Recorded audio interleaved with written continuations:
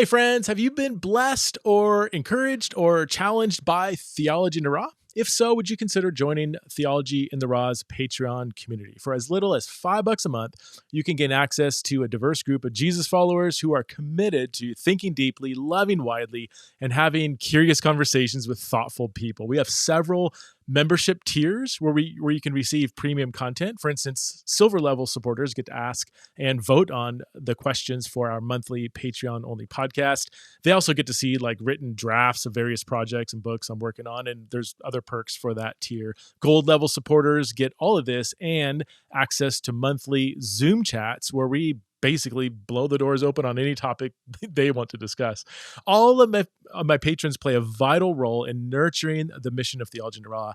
And for me, just personally, interacting with my Patreon supporters has become one of the hidden blessings in this podcast ministry. So you can check out all of the info at patreon.com/Theology in the Raw. That's patreon.com/Theology in the Raw. All right, friends, you ready for this one? I have on the show today Sheila Gregoire and Rebecca Lindenbach. Sheila is the founder of Bear Marriage and an award-winning author.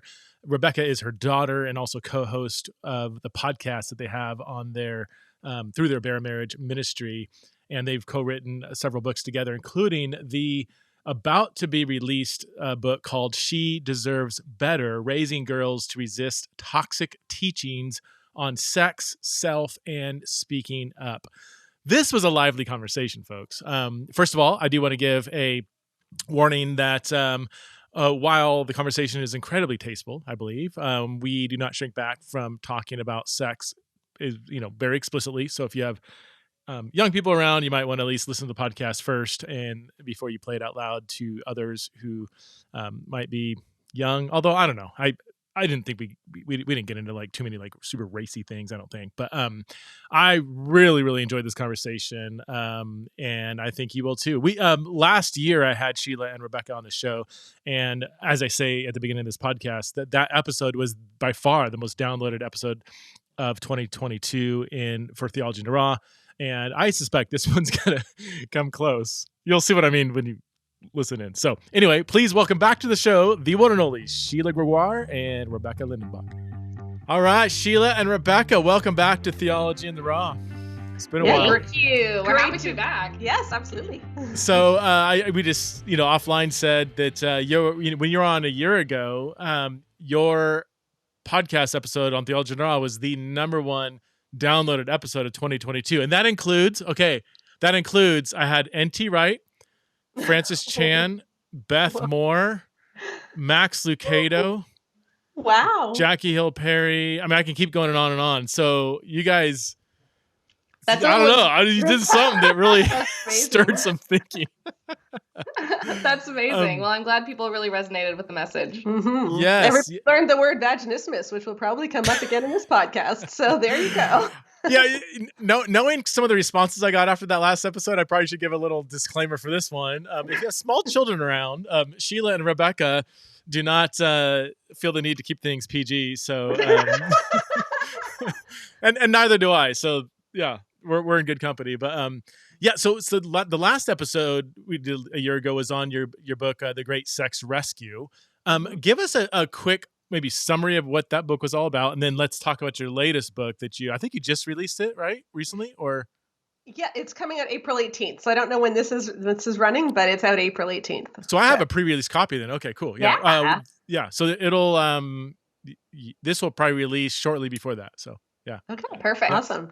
Yeah, so Great Sex Rescue was based on our survey of 20,000 predominantly evangelical women. And we were looking at how certain messages about sex that are really common in the evangelical church actually can end up hurting women's marital and sexual satisfaction. And so we found in our survey, we identified 4 big ones. Things like a wife is obligated to give her husband sex if he wants it. You should have frequent sex to keep him from watching porn. All men struggle with lust. It's every man's battle. These things that we hear a lot, they actually tank women's libidos, tank women's orgasm rates, and increase rates of sexual pain. Wow. Golly. Okay. Yeah. We could close in prayer just after that. But so I'm curious, how was that book received? I mean, again, in my audience, I mean, from what I heard, it was very well received. Well received in the sense that you were naming stuff that many women have felt but have never talked about it. I would say that's probably the most common response I got. Not that I didn't survey 20,000 women, but just the anecdotal kind of responses I'm getting was like either, yes, I've been working through this. Thank you for publicizing that. Or, oh my gosh, I haven't processed why we've had these kind of struggles in our marriage. And this has opened up awesome conversations between me and my husband, typically is the two major responses I got. How has it been received more broadly? Well, I know if you go to Amazon and read the reviews, there's over 2,000 now. The main word you'll hear over and over again is validating. That this was just so validating. Right. Yeah. Yeah. No, that's I think we've heard a lot of the same as you have. Our main goal in doing, one of the reasons we wanted to not just write yet another Christian sex book, but we wanted to actually put a lot of numbers behind it, was because we wanted to make sure we were actually giving a voice to the women we wanted to give a voice back to women whose voice has so often been taken away in the name of like being a good wife, right? Yeah. And so let's talk about what it actually means to have a healthy marriage. And I think so many people, it's when you've been in the desert for so long and you finally get a drink of water and realizing, oh my goodness, it doesn't have to be like this anymore. That's what really we wanted to do with this. And it's been so encouraging to hear so many women and men too feel so much freedom, realizing I don't have to be a slave to what I've been told is masculine sex drive, or like I don't have to be a slave to this desire, and women hearing I don't have to be, forgotten in this. And God didn't design me to be forgotten in this. Or to be your husband's personal porn star. Yes, exactly. So we've heard great stuff from counselors. I heard from an Air Force chaplain who's using the book now in his counseling. So it's just going everywhere, and that's really exciting. That's awesome. Anything that you maybe pushbacks you've gotten that are legitimate? They're like, maybe we should have said something different or done something different. Anything like if you're going to publish a second edition, would you change anything, or do you feel like any kind of criticism was maybe misunderstood or overplayed? Or a lot of people wonder why we're so female centric. Like people want more of the male perspective. Okay. But that's kind of the whole point. That's kind of the point. And I did publish a book for men afterwards. So the Good Guy's Guide to Great Sex deals with our men's stuff. But to us, the issue is there's a huge orgasm gap. Okay, 47 points between men and women in the church. One of the biggest problems when you ask people, what is your main sex problem? They tend to say it's because she doesn't want it enough. Now, we know that in large minority of marriages, she has the higher sex drive, but people say it's because she doesn't want it. And so we wanted to look at this and say, how can we fix sex for women? Because it seems to be women that are really having the trouble now. So I know guys want their book, they've got their book, but please give women a space sometimes too. And you would say that orgasm gap is at least partly due to socio-religious factors that have lowered. We proved that it was. We proved that it was. Okay. Yeah. Let's talk about your newest book then, the one that's coming out in April. What's this one all about? You gonna stir the pot again? Oh, yeah, we definitely are. So for this one, we used some of our data from the original 20,000 Women survey, but we really wanted to do a new survey to really hone in on some specific questions about adolescence, about women's experiences growing up in the church and how that later related to just their marital satisfaction, sexual satisfaction, but also just self-esteem, how they feel about themselves, whether or not they end up marrying an abusive person, those kinds of questions. So we surveyed another 7,000 women, again, primarily evangelical, and we really doubled down on different teachings than we did before. And so this book, She Deserves Better, is about figuring out how do we raise girls to resist toxic teachings. I think our subtitle is about sex, self, and speaking up. So that the goal is, in essence, we want to raise the next generation of girls to not need a great sex rescue. That's our goal. Our goal with books like She Deserves Better is to make great sex rescue unneeded, because our girls have been getting the good messages from the beginning and have been sheltered from the damaging ones even before they had time to take root. This is a prevention strategy. And we really hope that it changes a lot for the next generation. Yeah, because one of the biggest things we got from women after reading The Great Sex Rescue is, okay, I feel a lot better about myself, but now I have absolutely no idea what to do with my daughters. So tell me how I raise my daughters so that they don't end up like I did. So that's the question we're trying to address. Okay, yeah. So do you deal a lot with like modesty or like modesty, purity culture stuff, and this is so interesting because I just don't. Maybe because I swim in maybe broader circles or different circles, like the overwhelming majority that I hear about purity culture in my Christian circles is negative. Like that was terrible, and I'm glad we're not doing that anymore, or whatever. But it sounds like it's still alive and well, and we actually do need to push against some of the negative stuff that came out of the purity culture. Not everything was bad necessarily, but yeah. Totally. I think that a lot of people are saying things like, yeah, purity culture is bad. It's the thing right now to say with your words that we don't believe in purity culture anymore. We don't believe that girls' value is only in what they do with their bodies. No, we don't believe that, except then when you actually look at what they teach, they use different language, they use different words, but it's still there. For example, you brought up modesty. So the classic is Secret Keeper Girl. That happened. Is what? The Secret Keeper Girl curriculum that happened when I was, how old was I? Yeah, I bought it when you were 12 and Katie was 11. So let's say 10. 2007? Yeah, 2008. Yeah. So the Secret Keeper Girl curriculum was this really big event devotional that was put on by Dana Gresh. And it had this book that you could go through with your daughters. It had 8 dates for moms and daughters to talk through, what it meant to understand your true beauty, in essence, as a girl. And so much of it was about covering up and about modesty. And it was talking to girls aged 8 to 12. So you have to picture an 8-year-old girl, okay? So she's still playing with Barbies. Still playing with Barbies. She's not 2 whole hands old yet. She's 8. And this curriculum taught her that her body, if she shows too much of it, is intoxicating to the men around her. And she was taught to cover up so that she wouldn't intoxicate the men around her, which is horrifying. Telling an 8-year-old that a grown man might find her intoxicating is horrifying. And we don't believe that it was done in any malicious intent. I do fully agree that they're trying to, Dana talks about how you talk about it before they hit puberty so that there isn't shame relating to puberty itself. The problem is the unintended side effect is we just told 8-year-olds that it's normal for grown men to find your body intoxicating. Yes. But although today, places are not saying specific modesty rules in the same way, they're still saying things like your body is a temple, so dress in a way that shows the truth of the gospel. Well, what does that mean? Yeah, what is that? Yeah, that's kind of weird to me. What does that mean to clothe yourself with righteousness? And these were things that we're seeing on YouTube in the last 2 years from big Christian creators. Very big. Big creators. And we're talking about these topics like we're saying, oh, we don't do that anymore. Yes, we absolutely do. We absolutely still tell 13-year-olds that if she doesn't wear a long enough skirt, the elders in the front row might be looking up her skirt. So she has to make sure to be modest so the men don't get distracted.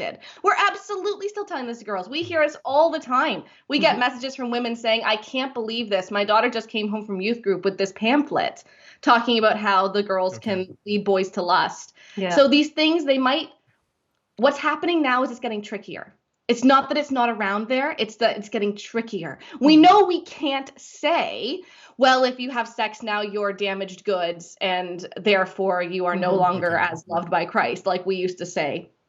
And I'm being a little bit glib there. I apologize. This is stuff I grew up with, so I'm very passionate about this, and these are the messages that I internalized as a young girl. Yeah. But when you look at the things that our teenagers are being taught today, they're just said in such a tricky way.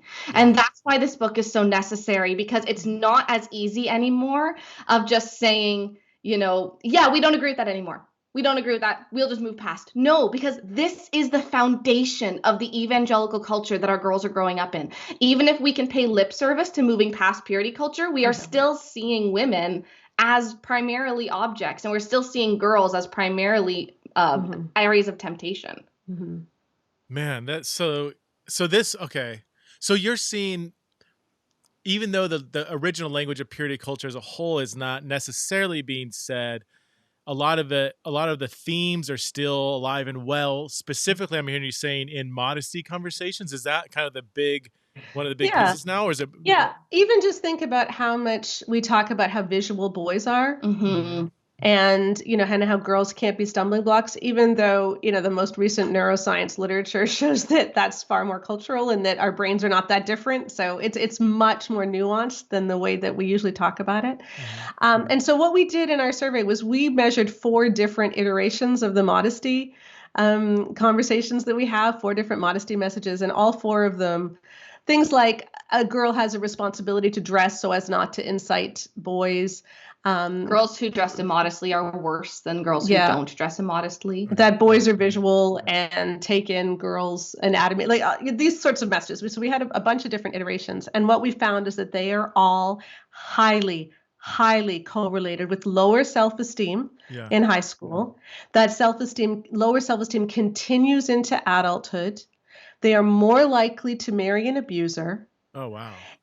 And their chance of experiencing vaginismus, which is, as you may remember from our last appearance, it's a sexual dysfunction disorder where the vaginal wall, the muscles in the vaginal wall contract so that sex and penetration becomes very painful, if not impossible.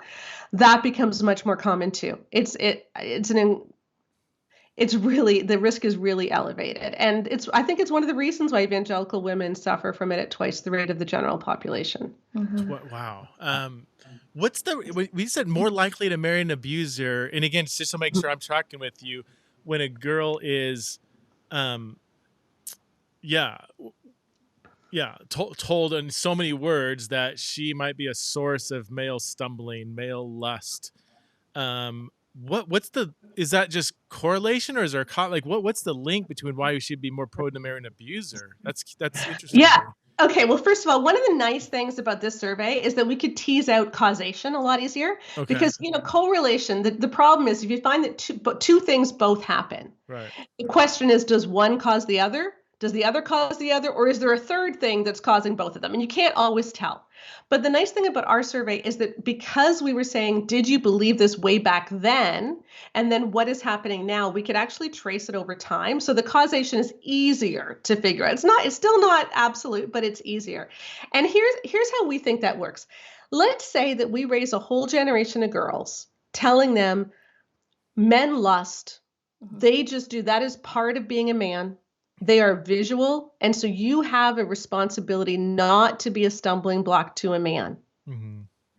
What's going to happen if your daughter is in a dating relationship with a guy who is constantly pushing her boundaries, with a guy who is blaming her for dressing too provocatively? She isn't going to see that as a red flag. She's going to see, oh, this is just how men are. Huh. Plus, it lowers her self-esteem.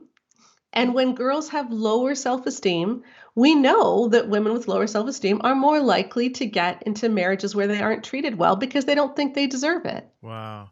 I literally was just talking. I have really awesome. I've got 3 teenage daughters. And we have this conversation all the time. I really wanted to have at least one on, but she's like, I don't want to be on the podcast again. I never want to push them, but I did a podcast with my 15, now 16-year-old daughter last fall, and everywhere I go, people say that was one of their favorite podcasts because she's just super sharp and honest, asks hard questions. We have really some of the most honest conversations about everything, but especially this topic, and it's so educational for me. She said yesterday, literally, we're talking about modesty again. Like, what does this mean? What are some frustrations? And one of her biggest struggles is in her context, is the imbalance that guys never get the modesty talk. They even pointed out, a guy in the youth group was wearing these just short booty shorts, short shorts. And she's like, yeah, if I wear that, I'd be confronted by everybody. But this guy just waltzing around, and not that it's the same. It's not like I don't know too many girls that are lusting after his legs or whatever. But it's just how come guys get a free pass? How come we go to the pool and yeah, some guy that's shredded just gets to walk around in his, 8-pack as if that doesn't do anything to girls and no one says anything, or whatever. But then, or tight t-shirts or, she's like, why is it so one-sided? Was her biggest frustration. But she also said something exactly what you said, that when she's told implicitly or explicitly to cover up, don't show that, she immediately feels shame around that part of her body. Like, oh, something's wrong. She doesn't feel like this part of my body is so beautiful and stunning that I need to like cover it up, which is kind of what people think when they're given the modesty talk, like, right? Like this is, every guy who thinks this is so beautiful, therefore cover. She's like, oh, there's something wrong with this. Like it's icky, it's yucky. And that's why I'm told to cover it up. She says it just produces so much body shame when people are speaking of, giving some kind of modesty. Again, whether it's explicitly or implicitly.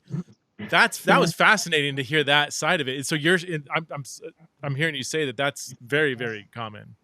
Yeah. Can I give you another data point for body shame? That's kind of interesting. Yes. Okay. So we gave women a number of different words, sexual vocabulary words. And we asked, did you know these words at the point that you graduated high school?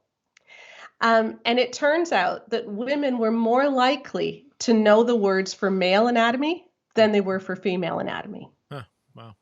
So they were more likely to know scrotum than vulva, for instance. Okay.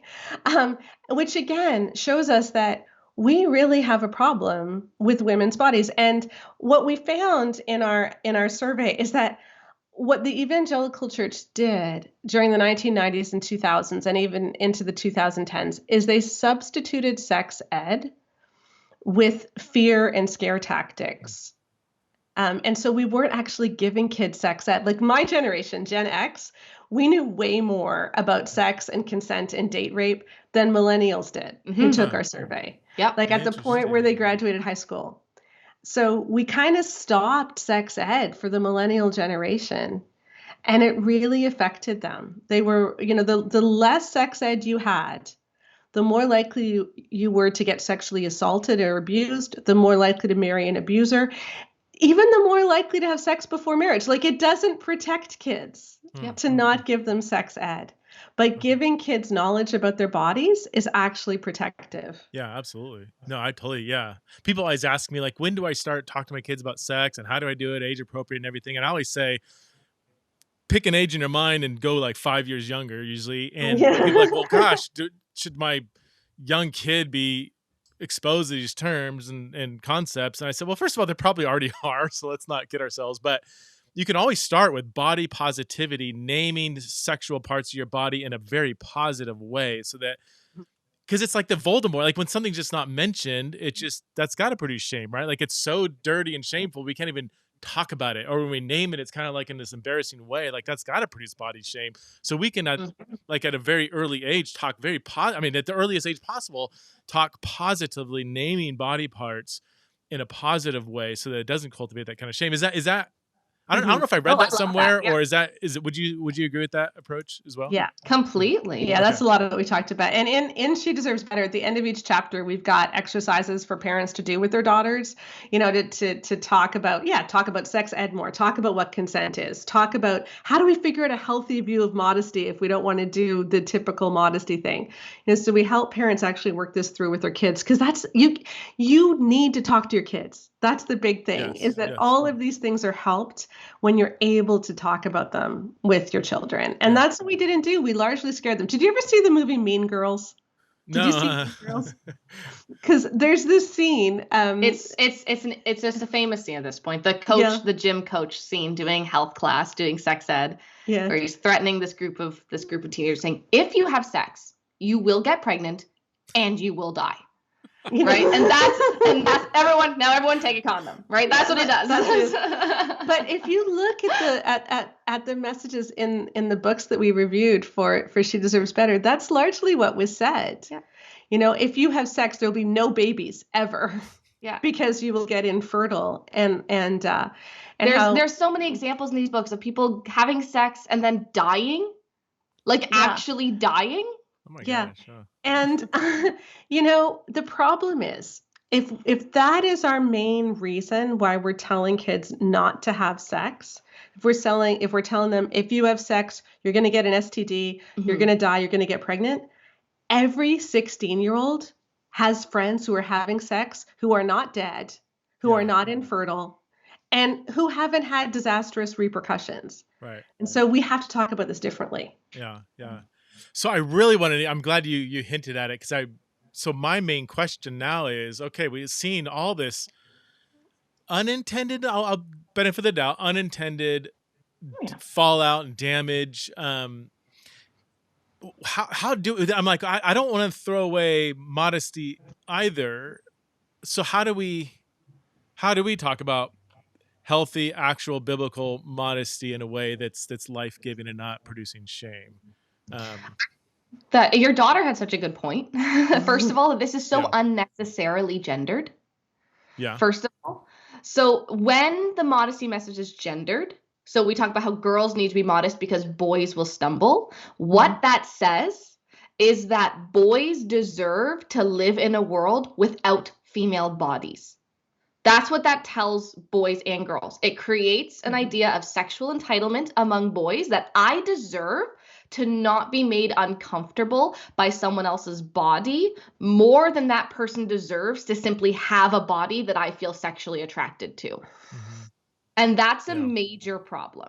Because what that leads to, we have horrific stories of what that leads to. So let's talk about what's healthy, but I do want to tell a story that explains the problem with the current modesty message, right? Like first, we had a lot of focus groups like we did in Great Sex Rescue, where we kind of delved into some of the more tricky, intricate aspects of our research. And I talked to women who had experienced sexual assault as teenagers. Mm-hmm. And a recurring trend that we heard was that women would be, I'll tell you one girl's story. When she was very young, like we're talking junior high, 12, 13 years old, she came from a non-Christian family background and latched onto this Christian family when she started going to church because they just seemed like the perfect Christian family. And she loved them so much. And she was really great friends with their daughter. And they had a son who was a little bit older. And she just wanted so badly to be like them. So she's at their house all the time. And this boy started to tell her that like she had to come with him, and he started to molest her. He was a year older than her, so she didn't know that she could say no, for one, but also she's in this situation where she's in a room with a boy who says that he knows more about God than her and is telling her, you chose to wear that around me and you know what that does to me. And then he would molest her, he would assault her, and he would also force her to do acts upon him as well. Mm-hmm. And then, of course, he would feel ashamed. He would feel angry at himself, and then he would scream at her. Because how could you possibly do that to me? How could you possibly wear that around me? You know what that does. You know what that does. And she's wearing t-shirt and jeans. Yeah. And this is the result of, first of all, raising boys in a church that tells them you can't help yourself if a girl dresses in a way that makes you sexually attracted to her. Mm-hmm. And also, it is the result for our very vulnerable girls in churches to be told, if you dress a certain way, boys won't be able to help themselves. Because what happened to that girl? She went to youth group, and then she got handed the modesty flyers, and they were all to only girls. And she also listens to these stories and these sermons about how girls need to cover up and how we have to be pure, and how remember that these are bits only for your husband one day. Well, her bits have already been touched by a man who is not going to be her husband, and she already thinks it's because she wore 2 low-rise jeans. Mm-hmm. Yeah. So when we talk about modesty as a gendered thing, we not only give women shame and teach our young girls that your body is a problem, we also give permission to boys to abuse them. Mm-hmm. We give them biblical reasons why you can't help yourself. Mm-hmm. We give them that stamp of approval, whether we meant to or not. So what do we do instead? Mm-hmm. First of all, we need to not make modesty gendered as much as humanly possible. Mm-hmm. But also we need to recognize that modesty is not about how much skin you're showing, as much as it is about whether or not we're being respectful to people around us. And so that also needs to include things like not flaunting wealth. Like I was involved in a camp growing up where we had a lot of incredibly rich families there. And a lot of the leaders who were running different groups would show up in, I kid you not, Gucci pajama sets. And they would all wear their matching Gucci pajama sets. And then all the kids who couldn't afford it would be in their Walmart pajama sets. And they're like, well, this is awkward. And they made a big deal about having their little brand name sets. They thought, oh, we're just being so cute. We'll take all of the Gucci pictures for Instagram. And then all the girls in their flannels weren't included, right? That's also immodest. Yeah. But when we make modesty about specifically, oh, but you have too much cleavage. Oh, your boobs are too big to wear that jacket. Oh, your hips are a little too sexy in that skirt. So you need to wear something looser than this girl who has less hips than you. What we do is we make women's bodies the problem instead of teaching men and also boys how to respect people regardless of what their body looks like. Yeah. There's been other research that shows that women of color, when they are growing up, are more likely to be the recipients of dress code violations than their white peers, regardless of what they are wearing. So we just need to stop the idea that we need to police what people wear. I think if we just simply talk about, hey, what's appropriate for the occasion, right? Like if we're gonna be having Water Olympics in the pool, then that's an athletic event. So you know what, everyone, you got to wear stuff that's got structure. Like let's wear athletic swimwear, and you can leave it at that. If you're going to go for a hike, then you talk about how you need to wear clothing that's appropriate for hikes, which means be careful of ticks, as opposed to saying don't wear short shorts. Like expect people to wear clothing that is appropriate for the occasion. And then I think another big thing is just tell people, hey, consent is a thing, and other people did not consent to see parts of your body. And so everyone needs to keep the parts of your body that you would require consent to see covered, and that's true for both guys and girls, which means guys cannot have pants, down below their underwear, right? And that's, I think that's an easy way to do it without making it about sexual temptation. Because the thing about is when we make up a sexual temptation that's purely like man-woman sexual temptation, the other thing is like I, as a grown woman, also do not want to see anyone's accidental nip slip. Like, and I'm not attracted to women. So it's like we don't need to. It's also it's uncomfortable to other people if you're dressing inappropriately. But I think if mothers can, if parents can talk to their kids about this idea of how are we respectful of the occasion, of the people around us, versus being like, ooh, but people will notice you have boobs. That's not the problem. The problem is, are you purposely trying to make are you doing shock value with your clothing? Are you trying to be vain? If we talk about vanity instead of modesty too, like there's a really big difference there, because modesty has been so tied to lust. Versus like, are you trying to take advantage of the fact that Mitchell really likes you and you really like the attention that he gives you? And this is like, you're wearing a really flirty dress and you don't like him back. Are you being nice? Like, come on. Like, I think you have those discussions a little bit more nuanced than it being like, hey, Mitchell's going to not be able to stop himself if you're having that dress. That's not what we're saying at all. We're saying don't play with people's emotions. Right. So here's, I gotta figure out how to ask this, because let me lead with this. And then I've, hopefully I've done this with my daughters. 100% agree that women should not be blamed for male lust. I mean, everything you're saying, I have no question about. Like I don't know if I ever, maybe when I was younger, did I ever not believe? Like, of course, women shouldn't be blamed for male lust. How do I also teach my daughters that we also live in a fallen world, that just biologically, if you pump a male filled with this chemical called testosterone, that has a biological effect on your sexual desires. Like there's just certain biological realities here that are simply true. And you were on the cultural piece. I think there are cultural things as well. Like my missionary friend and cousin in Papua New Guinea said, a woman could, she said I could ride on a horse shirtless. No one would bat an eye. But if I wore jeans, I would be, it'd be the scariest thing to walk down the street, because I would have men clawing all after me. From that culture, it's different. Or even, I've been to Europe many times, and most beaches have, being topless is not that big of a deal. Men got Speedos. I think it's Mhm. Not a big fan, but the older the man, the tighter the Speedo. It's one of those laws of the universe. Yeah. So there is a cultural factor here that's interesting to me. There's also biological realities. The line between biology and culture, I think, can be complex. It's hard to identify that. And to me, it's almost like kind of irrelevant. The fact is, like, if my daughter wore something that was revealing, whether it's a tight shirt, whether it's showing more skin, she simply is going to be looked up and down, sideways, up and down by men. And they experience this all the time, and they get creeped out. Like these creepy, greasy old men, like they just get, it's like, yeah, they just get, and the more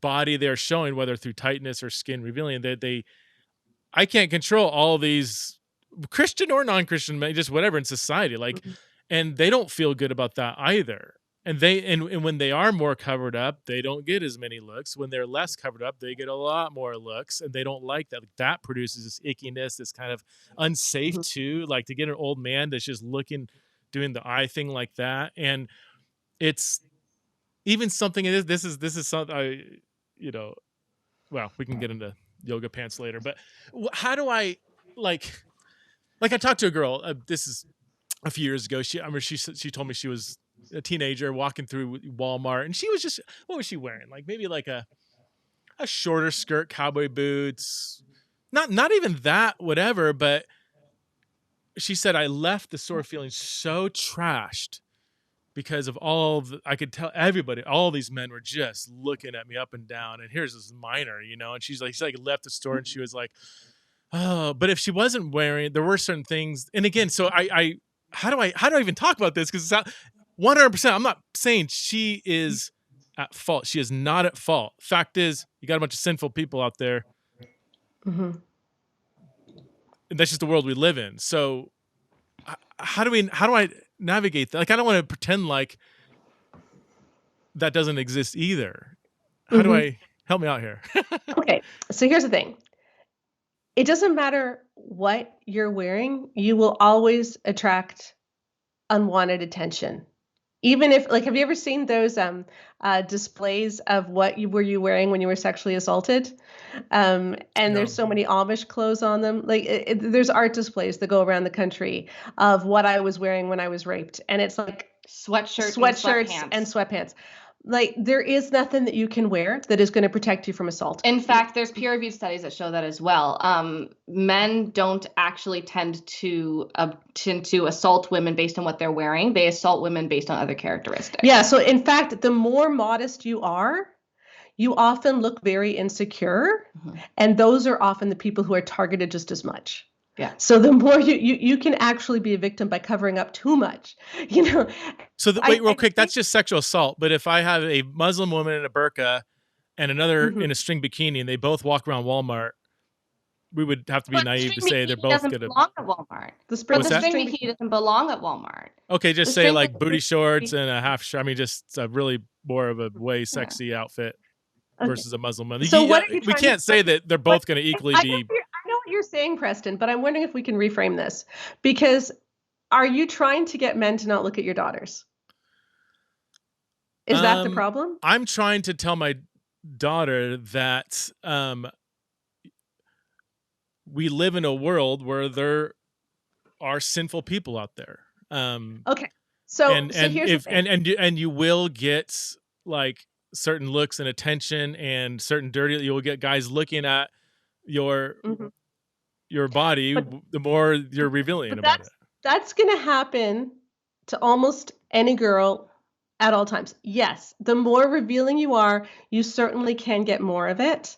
But I'm assuming that your daughters are not dressing super revealing anyway. The simple fact is, if our kids are wearing what is normal in our culture, okay, and that's what most of our daughters are wearing. They're just wearing what is normal in our culture. They're not being way on the other side. they're still going to get some looks. And I think it's not that this conversation isn't important. It's just that a more important conversation is how are you going to address this and how are you going to handle it? And what does this tell you about the world? Not what does this tell you about what you should dress, how you should dress, but what does this tell you about how you're going to act? And so how can we act confident when we're walking through the mall? Because I'll tell you, the best way to avoid people looking at you or calling you out and being gross to you is to be confident. There are huge studies on that. It's not about what you wear, it's how confident you are. So, because I'm assuming that your daughter's not going to wear a string bikini in the mall. So like your daughter is not, and most of us listening, our daughters are not going to be dressing like with fishnet stockings. Okay. So most of our daughters are just wearing what is culturally appropriate for teenagers. And so what they need to understand is, how can I recognize red flags? How can I make sure that I'm being respectful to people around me? And how can I learn that this world is not necessarily a safe place for girls? And so what am I going to do to make sure that I stay safe? And those are good conversations to have. Telling a girl, here's how you can dress so you won't get stared at, is never going to work. Especially since the idea of teaching your daughter that the world is not a safe place also teaches her that it is not your responsibility to keep men from looking at you. It's not your responsibility to keep men from looking at you. I had an experience where in my old neighborhood, a man was on a bike and ran and smacked my butt as he was going by. I was wearing a literal parka, long jeans, and giant boots. We're in Canada. Like, I could not have been more covered unless I was wearing a long denim skirt. Like, it was impossible, and that still happened. And so then what would have happened? Like, oh, well, maybe my hips were swaying too much when I walked. Maybe he didn't, maybe I looked at him weird. We cannot get into a habit of telling our girls or even implying to our girls that it is their responsibility to keep men from objectifying them. Because the problem is we don't stop there in our heads. When we do that, even on a small bit, we start to create a seed in our daughters' heads that teaches them at some level, what happens to you is always your fault. Because if you could have prevented it with 20/20 vision, then you should have been able to prevent it, which means you really made this happen. And we heard this over and over again from our focus groups, from women who it wasn't just assault. It's also like, okay, and I ended up marrying the guy I shouldn't marry because he yelled at me all the time, but I also disrespected him. So maybe if I don't disrespect him, then he won't scream at me. Yeah. And this is the thing, like in She Deserves Better, we don't only look at like modesty and sex. No. We look at a lot of the other messages that are given to girls. So for instance, we give girls the message that the way that a boy treats you tends to be your fault in many different ways. So for there was one book that was really big for teenage girls, which said, if you are wondering why a boy is angry at you, look for disrespect, because probably you've been disrespectful towards him. And it goes on about how boys require respect while you require love. And so boys are really sensitive to disrespect. And so it's very important that you never make a boy feel that you are smarter than them, et cetera, et cetera. And this is a message that is given to our kids over and over again. Girls, you need to be smaller because boys can't handle it. Yeah. Boys can't handle if you have a body that they find attractive. Boys can't handle if you're shinier than them. Boys can't handle if you say something in the wrong tone. And these things all lead to preparing girls to be perfect. I mean, frankly, it's horrible, but perfect offerings for abusive men. Yeah. We have trained our girls to already explain away problematic behavior towards them, even in our attempts to protect them. This episode is sponsored by Faithful Counseling. Look, life can be super challenging, filled with ups and downs, times of joy and times of sorrow. And so it's important for us to be spiritually and mentally healthy. Faithful Counseling will assess your needs and match you with your own licensed professional therapist who's a practicing Christian. This isn't a crisis line. It's not self-help. It's professional counseling done securely online. So you can log into your account anytime and send a message to your counselor. Plus, you can schedule weekly video or phone sessions, so you don't have to be on camera if you don't want to. Faithful Counseling is more affordable than traditional offline counseling, and financial aid is available. We all need to talk to somebody, and Faithful Counseling can help. you can go to the website and read the testimonials. For instance, I read one reviewer who said that his counselor is, quote, a great counselor that truly listens. He gives you the space to talk through your emotions and provides concrete solutions and action steps to help you improve your mental health. So visit faithfulcounseling.com/theology and get the professional faith-based counseling that you deserve. Theology Neuro listeners will get 10% off your first month by going to faithfulcounseling.com/theology.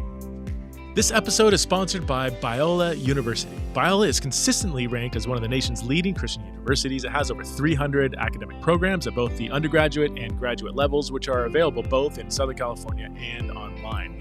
With leading academic programs like business, film, science, and more, Biola's biblically integrated curriculum and spiritual formation also helps students grow closer to God and gain a deeper understanding of Scripture. In fact, I was just on the campus of Biola, touring the campus and talking to several deans and professors, and every single person I talked to was so utterly passionate about making Christ first in all things and instilling Christ-like virtues in the hearts and minds of their students. I mean, honestly, I was so impressed with how Christ-centered the entire school is. So at Biola, students become equipped for living a thriving life and career. They'll also learn how to articulate their Christian beliefs, and most of all, they'll be prepared to serve as God's instrument in their communities and around the world. Now, through May 1st, 2023, if you use the promo code Preston, okay, my name, Preston, that will waive the application fee for any Biola program, okay? So promo code Preston, waive the fee. Some restrictions might apply. Just visit biola.edu for more information. And it's such a hard tension because like I 100%, again, I never ever want my daughters or anybody to feel like anything is their fault or that they are responsible for male lust. And yet there is such a thing as male lust, right? It is still a thing that exists. And I think I might have shared this with you. Maybe in the last podcast we had. I remember I used to, when I was in California, I would work at the Starbucks, and I was I was always sitting kind of in the back row, and I could kind of see everything. And there was a trainer who would, a female trainer who would come in. She would always almost same out and she, she was fit. She had yoga pants on and everything. And I would literally look around at the guys, and almost literal slobber coming from their mouths as they were just like, God, like one guy was like losing it in his chair. He was like this. Oh gosh. He's like, oh God. Everybody just salivating. She had no clue. Didn't see it with many other women that came in. And again, I'm like, is she responsible for that? 100% no. Is that happening? 100% yes. Where does that leave us? Like, I don't. But she doesn't know what's happening, right? Not unless she turned around, or I don't know. But like, so she didn't see it. I don't want to pretend. Like this is the thing. She is protected because she didn't know what was happening.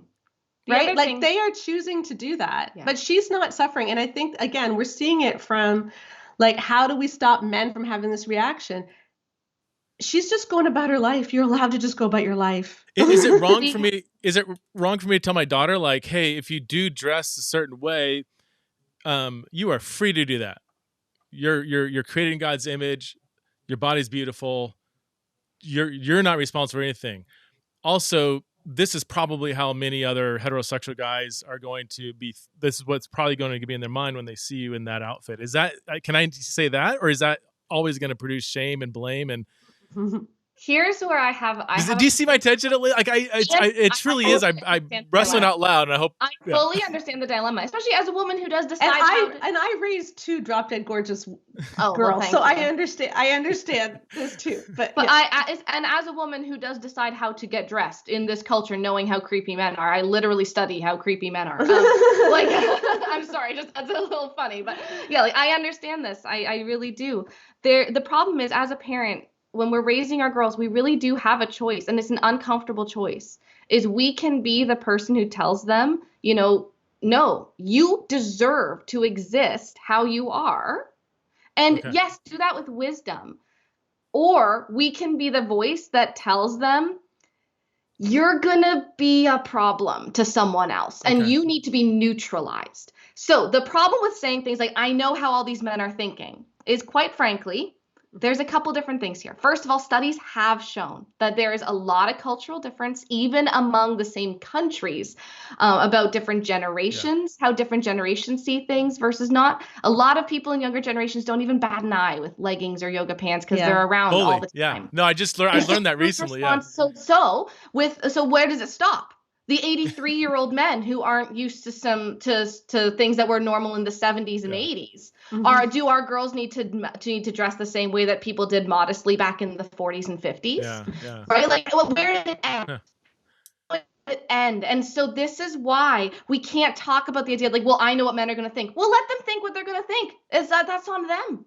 That's on them. Yeah. That is not a girl's responsibility. A girl's responsibility is to dress in a culturally appropriate way, yes, but culturally appropriate does not mean neutralizing their body so that men don't sin. Because your daughter is not the reason that men sin. Her body is not the reason men sin. And additionally, as someone who was raised in an area where, I'm going to be very honest here, because this is something that really affected me growing up, okay? I read Brio magazine growing up. I don't know what that is. And I read an article. It's a focus on the family magazine. Okay. It was huge. It was the biggest magazine to Christian girls. Okay. It went for years. I read it religiously in junior high. And I read an article by Dana Gresh in there that told me when I was 13 years old that if I couldn't pinch the fabric on my jeans easily, that meant I was immodest. Okay? And that meant that I was inviting men to finish the picture of my body. And I will never forget those words. Okay? Yeah. The problem is, I was a little bit curvier than the other girls in my church youth group. I had the thickest thighs. Yeah, I had the thickest thighs. I had the biggest butt. Okay, let's be honest. And so I looked in the mirror at age 13, being a very healthy weight. And I looked at myself and thought, I am disgusting. Oh my gosh. And I thought, I am a problem. And they didn't mean to tell me that. And when girls are told things like, you can't wear that, it brings too much attention to your chest. You know, we know what men are going to think. What they hear is, I'm a problem. They don't hear men are the problem. They hear I'm the problem. And even when they do hear that men are the problem, what they hear is, I need to cater to men who are the problem. Instead of men, get out of my way. I'm a woman and I'm allowed to be a woman.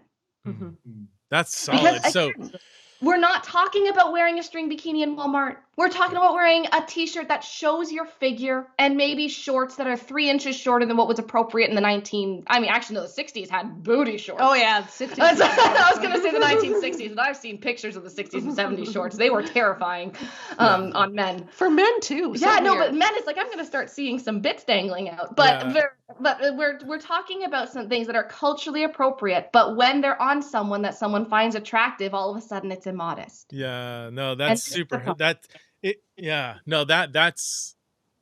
That makes sense. It's just the unattended piles of shame that are created in how we have gone about this conversation. I still keep learning stuff every day. My daughters teach me stuff. I'm like, oh my God, I'm so sorry that you have to go through this. I mean, this is crazy. I mean, you brought the generational thing. So it's so funny. I've just anecdotally, like yoga pants, Gen Z, no big deal. Guys, like, there's pants. Gen Xers, you might as well be wearing nothing. Like, it's like, when I talk to Gen X, like really good Christian, like, they're like, I wish we would outlaw yoga. Like, again, they don't want, and again, they're not blaming them or anything. They're just like, they literally might as well be wearing nothing. Like that's how it feels. But we weren't raised with that, right? I mean, it was like, it just wasn't a thing. And that's why we have to ask about, where's the responsibility? Is the responsibility on the 16-year-old girl to make sure that the 48-year-old man doesn't find her butt too appealing? Like, because let's be completely honest, that's what we're talking about here. Or is there responsibility on the 48-year-old man to adapt to the culture the same way? If we were to go to another culture that's okay with topless women, we would have to adapt, because it would be inappropriate for us to tell those women to cover up. It's because I feel like still there's two different conversations here. There's like, if I'm a discipleship setting, guys, girls, 100%, we need to disciple the guys probably way better than we've been doing, so that the modesty talk is more or equally whatever on them, and being extra sensitive at how our language can produce unintended shame. I'm more thinking like, okay, but I can't disciple the whole world. I can't, like, I was at a basketball game the other day, a Bulls game, a first NBA game. It's a great game. And I'm looking around all these half drunk people, and I was sitting pretty close to the other cheerleaders, and I'm like, here, I'm gonna do my anecdotal survey like I always do, and just look around. I'm like, here's the problem though, anecdotal surveys. I will actually say this, that the anecdotal survey, we as humans, and you're into research, this, I'm sure. We have such a tendency towards confirmation bias. We have such a strong tendency. It is one of the most, every aspect of research across every area, every study. Yeah, we're very good at confirmation bias. And that's not confirmation bias that we've all found it. Yes. We actually have studied it across multiple disciplines multiple times. And so when we are looking at a culture and saying, I'm going to see how the men are responding, or we're going to see how people are responding, we're not necessarily actually looking at it in a scientific way. That's why we have to look at the peer-reviewed research, which actually does show currently the neuroscience research coming out about visual nature and lust is showing that men and women are way more similar than they are different. We might show it differently in our culture because men feel more sexually entitled and sexually safe in our culture. So women might be a little bit more discreet in how we look, but we feel it the same way. And so we might be tempted to look at, well, I know how this stuff happens. Have you been on TikTok and seen an average 15-year-old's TikTok for you page? There's a lot of thirst traps going both ways. Yeah. Okay, men, boys making thirst traps for girls. Girls are making thirst traps for boys. Okay, it's thirst trap. I'm not familiar with this word. Are you? I can't tell if you're serious. I'm not on TikTok. I don't. Okay, a thirst trap is they are the cringiest thing. It's in essence just people make videos trying to turn on people. It's like being all hot and all that kind of stuff. And there's so many for girls. Yeah. Okay. Because increasingly, if you look at the difference in the generations, the younger generation of girls are far more likely to be tempted by pornography than older generations of women. They're far more likely to report, being visually stimulated in roughly the same numbers. And so this idea that only girls need to be modest because of the stumbling block, it doesn't even fit with what research is showing. Especially since girls have had to be around immodest boys for so long and have managed not to have an epidemic in the same way. Maybe we need to focus less on modesty for both and more on respect for everyone, regardless of what they're wearing. And that's really what we found over and over again is that if our goal is to raise girls who are safe, that's just we want girls to be safe, and we want girls to be happy and have good self-esteem and good relationships. One of the best ways to get there is to help them have a voice.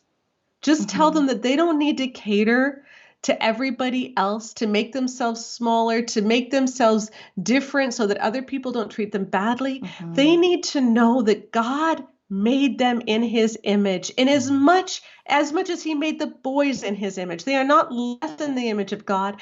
They don't deserve to speak less. They don't deserve less. They need to be able to feel their worth, because when they feel their worth, they will be safer. Because the biggest thing that leads to girls not being safe is that girls make poor decisions because they don't think they're worth more. And so we need to help our girls know they're worth more. And that means we need to give them a voice. Yeah. I think it's really easy to be scared about, the objectifying out in the quote unquote, the real world. It's really easy to be scared of that because it probably happens more frequently than the other scary big things. But our research has found that the messages like the modesty message and cultures where these messages that tell girls, if you don't cover up, men will look at you. And it will be because of how you're dressed, at least in part. Those kinds of cultures are more correlated with every single actually big, life-changing, scary thing that happens. Like in the churches that teach that message, the loudest, we see girls being more sexually assaulted within the church. In our survey, we see girls witnessing more sexual harassment within the youth group.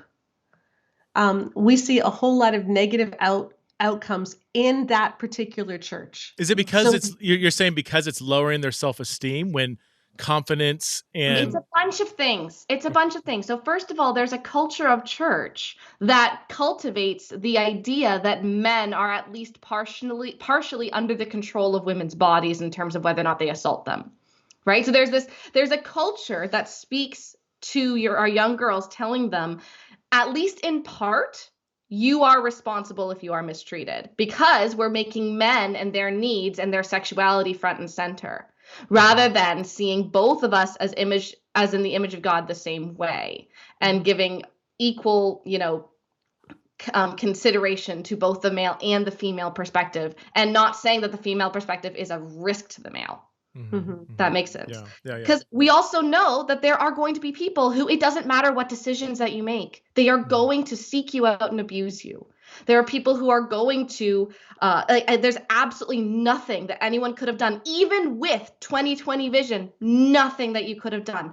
Where are those men going to hide? Because they are typically men. Where are they going to hide? They're going to hide in churches that are already telling our, again, 8-year-old, 9-year-old, 10-year-old girls that your belly is very intoxicating. So we got to make sure we cover it up. They're going to be hiding in churches that are priming their congregants to think, well, what was she wearing? Or all men lust. They can't help it. There was a survey that was done by Shanti Feldon for her book For Young Women Only. Now, we don't agree with the way she worded her survey question. No, I have and major we don't agree with the way that she grouped the results. And so I'm going to give you a number that she found, but we don't think that this is accurate. Okay. Yeah. But in her survey, she asked boys, if you were in a makeout situation with a girl, with your girlfriend, how likely is it that you would be able to stop or want to stop? And she concluded that 82% of boys responsibility and little ability to stop in a makeout situation.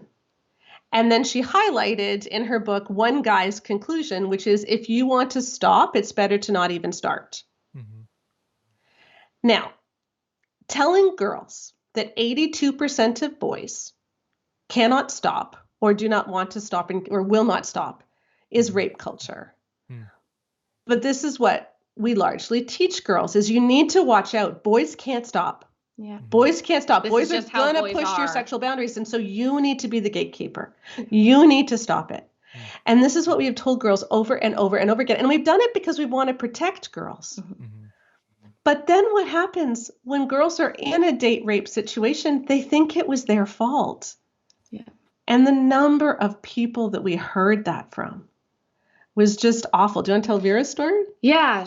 We heard from a girl who, I think Kay's story is probably a little bit better for her. Yeah. I think there was a woman we talked to who we call Kay, who was dating a boy, and they're in the back of a car, they're making out, right? As you do when you're 17, you're dating.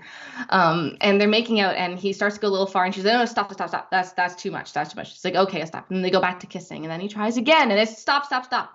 It's too much. We go back to kissing, and he keeps going again and again and again past her boundary that she set again and again.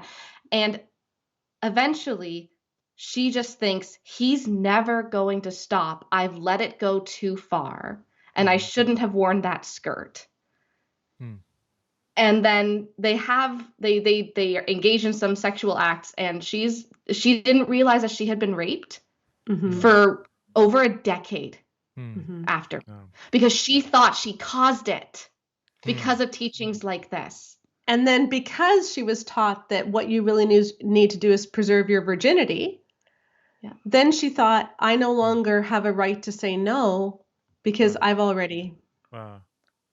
But I think the problem is... Yeah, that's horrible. And again, there should be no debate that she should never feel like she's the one to blame for that. That does seem to illustrate, I guess,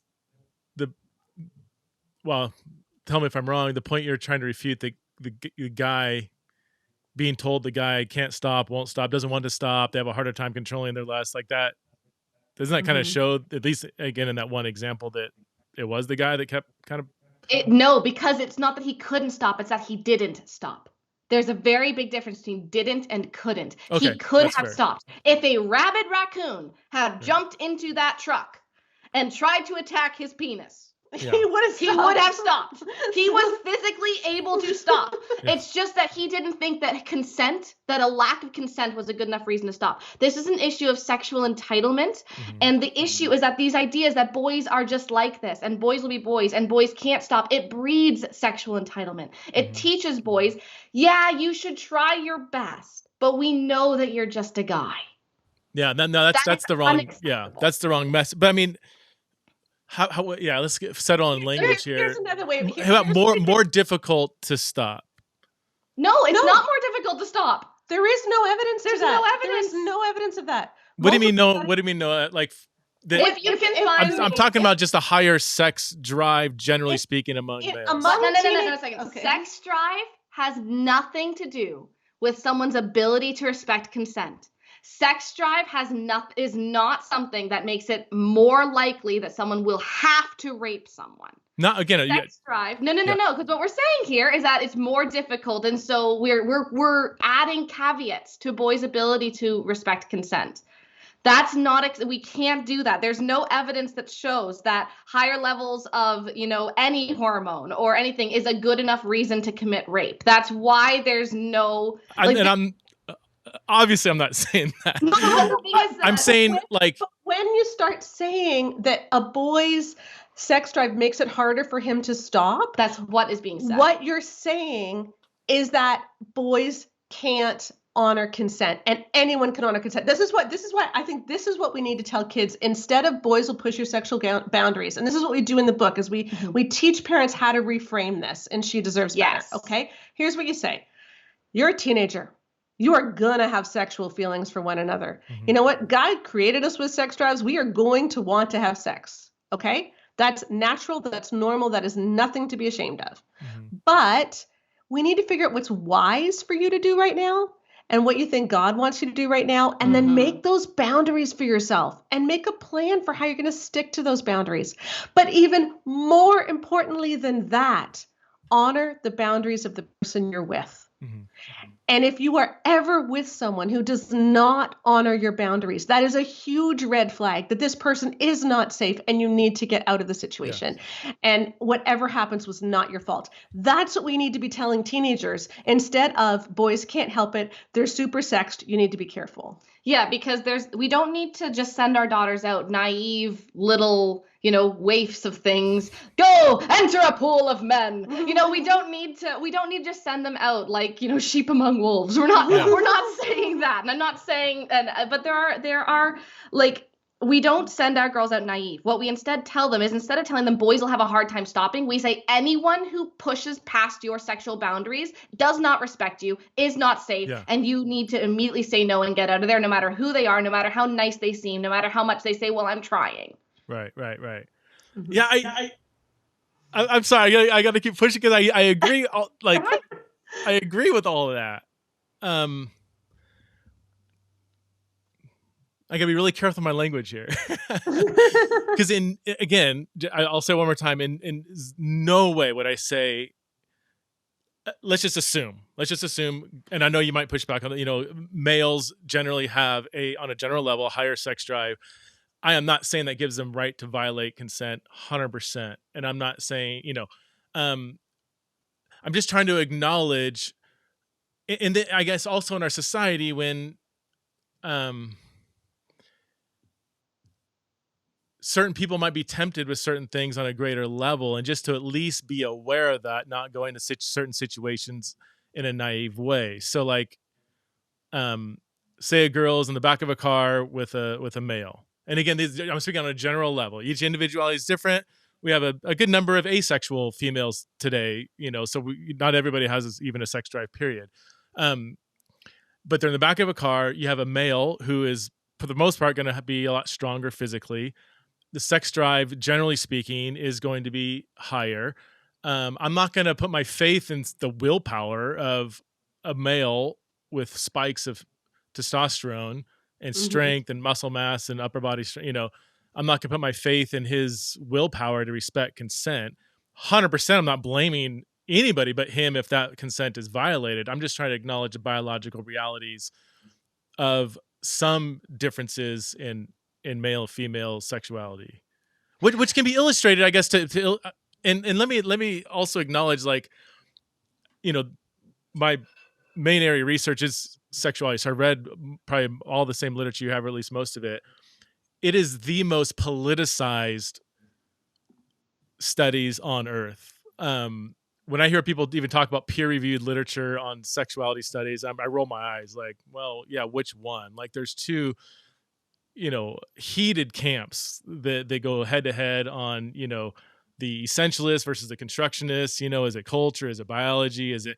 And I read back and forth. Neuroscience is some of the most politicized research done, where I could read this expert over here and it's all culture shaping the brain. Over here, no, it's all biology, that's the brain.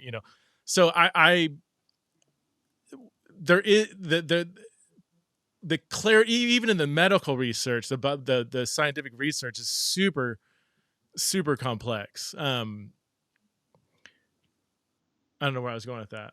Can I just ask? Well, here, because I do, a lot of my sexuality research is in same-sex sexuality, and it's almost given. Like, there's a whole theory of like the lesbian deathbed syndrome, meaning like you get two lesbians and been together for a long time, and sexual relationships they call it the deathbed. Like, how come lesbians aren't having near as much sex as they used to, or not at all, whatever. And yet sexual relationships in a male gay community is going to be way more frequent, intense, multiple partners. And those are not, I don't think that's really disputed. I mean, that's pretty established.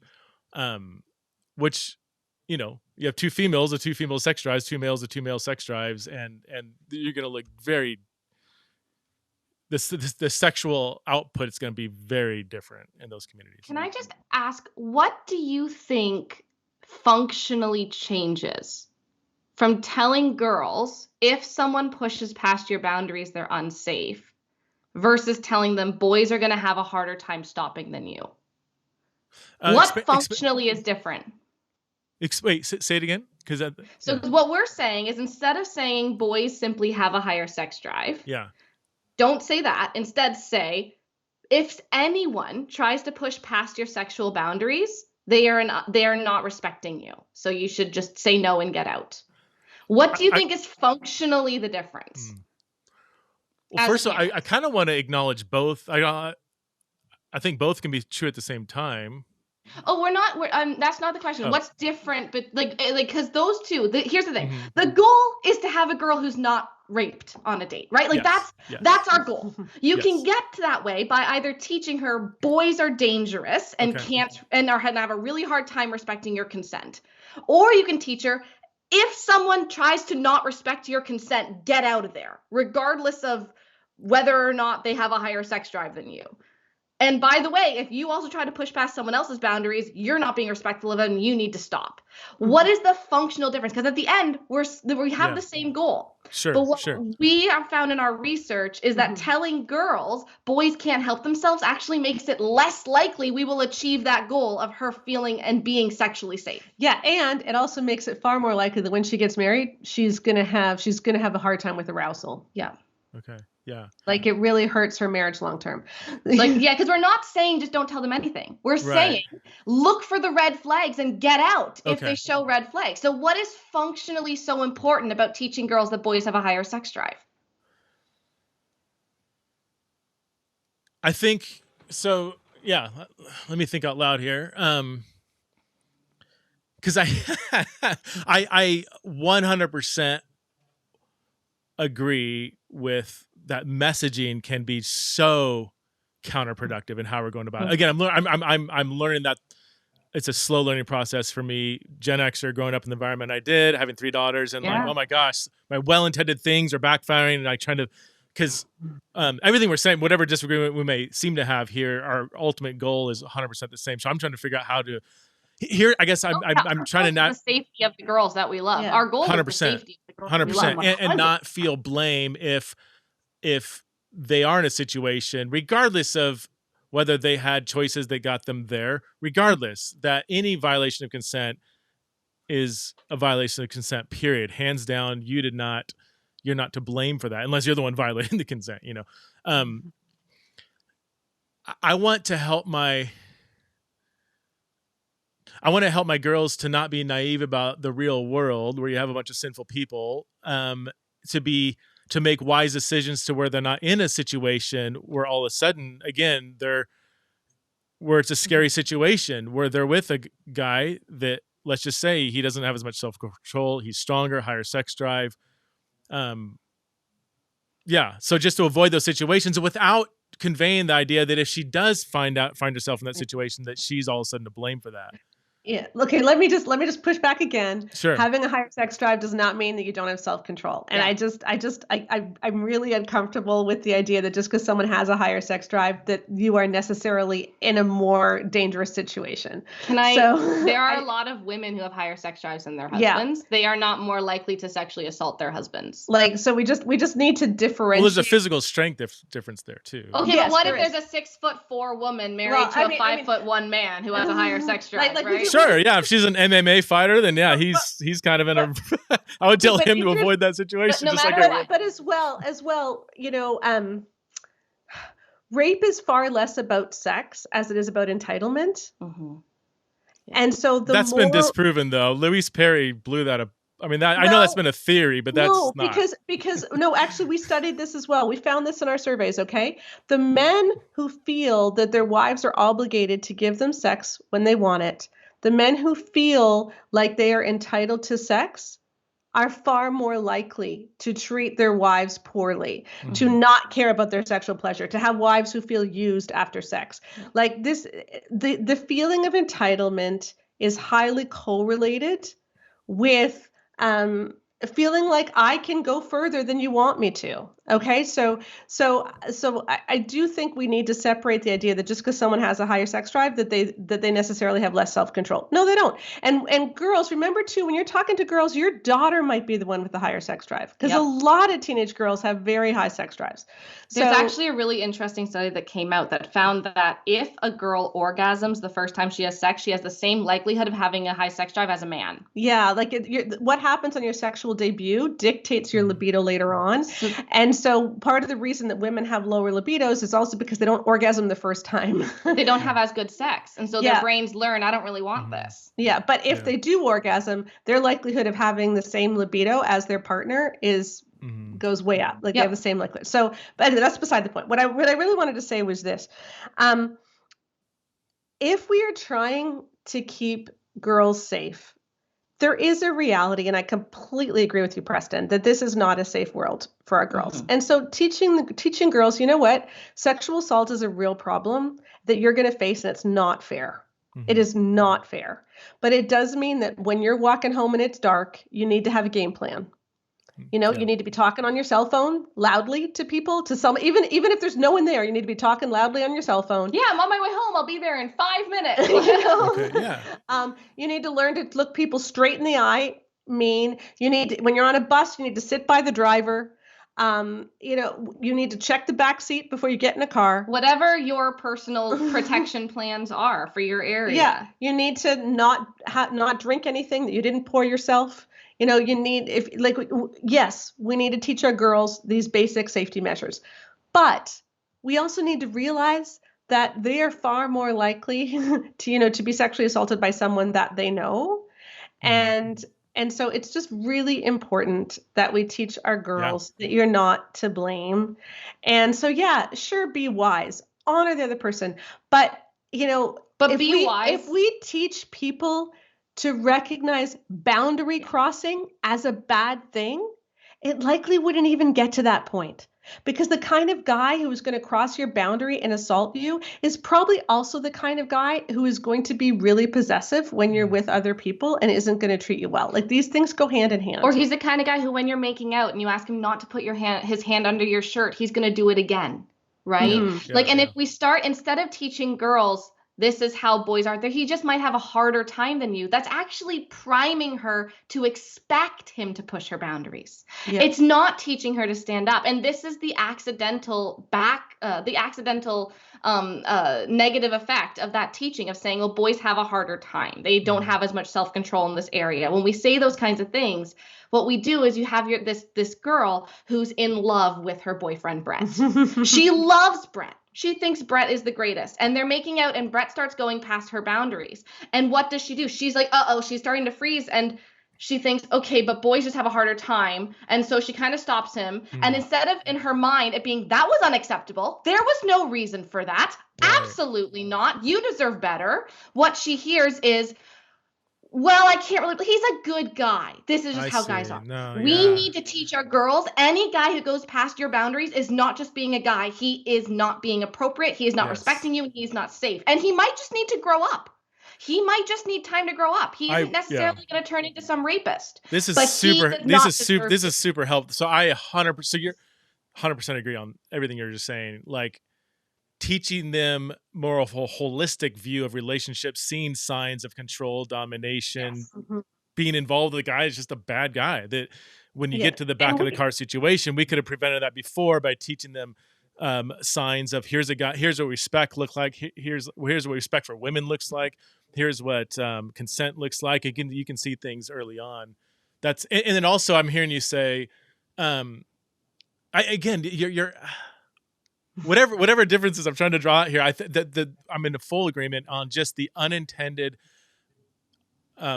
effects, bad effects of the messaging and how we're trying to communicate something. And you're saying, if we when we communicate, guys, they can't control themselves, they're more prone to this, they can't stop. If and when they do find themselves in that situation, we're almost teaching them to kind of like let it happen, because and to not break up with the guy. Right. Okay. To marry the guy. Okay. No, that's really helpful. And in She Deserves Better, we have, like, at the end of each chapter, we have these exercises to do with your daughter. We have a really intense one on consent, so that you can have these conversations with your daughter to recognize consent. And that includes learning how you can violate his consent. Because that's a piece we don't often talk about, but girls need to learn to not violate his consent too. So consent goes both ways. Yeah. And something we say in the book is that, your daughter is not someone's learning opportunity. So sure, boys, let's say I don't actually believe that boys have less self-control. I believe that boys have been trained to believe that they are owed sex, and the way that girls have not. And I believe that boys are less physically vulnerable to sex, and so they don't feel the fear of the repercussions the way that girls do, who can become pregnant. I think that explains the difference more than anything else. I think is that boys feel entitled and don't bear the repercussions in the same way. But what if we are telling our girls that boys just, say it is harder for boys, and so they need to learn how to respect consent. Our daughters are not learning opportunities. Our daughters are not homework. They're not the people who are supposed to teach the boys around them how to respect women. That is not their responsibility. And so that's why we push back so hard on this idea that we need to tell our girls this is how guys are, because it is not their responsibility to help a boy learn how to honor her no. Her job is only to say no and to get herself out of the situation, to break up with the boy, let him grow up and be a great guy for someone else once he's learned how to respect women. That's good. We can keep going. We probably have another 2 hours. I do have to run though, and my daughter's reading your book. She asked. She asked me probably half a dozen times, when can I get their book? When can I get their book? So I think I don't know if my wife or finally got your publisher to send us a pre-release copy. So yeah, her and my mom are. Her and her mom, my wife, are going through it together. So awesome. Love the conversation. I hope you appreciate the candid dialogue. And this is so interesting. I love this. We love how you push back. It's so great. It's great to actually get to the nitty gritty of these conversations and actually get to it. No, and the one thing I'll say it again, just the unattended effects of well-intended messaging is huge in this, because that's super helpful. Well, where can people find your work, and tell us the name of the book and when it comes out again? So She Deserves Better. Raising Girls to Resist Toxic Teachings on Sex, Self, and Speaking Up. It's available for pre-order now, anywhere where you get books. She Deserves Better. And our website is baremarriage.com, B-A-R-E, and there's links to all of our books, including The Great Sex Rescue. There's links to our puberty course to teach your kids about sex and puberty. If you just look under courses, and our podcast is there. So we have a podcast every Thursday too, the Bare Marriage Podcast, and you can join us as well. Fantastic. Well, thank you so much for the work you're doing. I would encourage everybody to go check out both your website and your newest book, and also your previous books as well. All right. Thanks Preston. so much. Take care.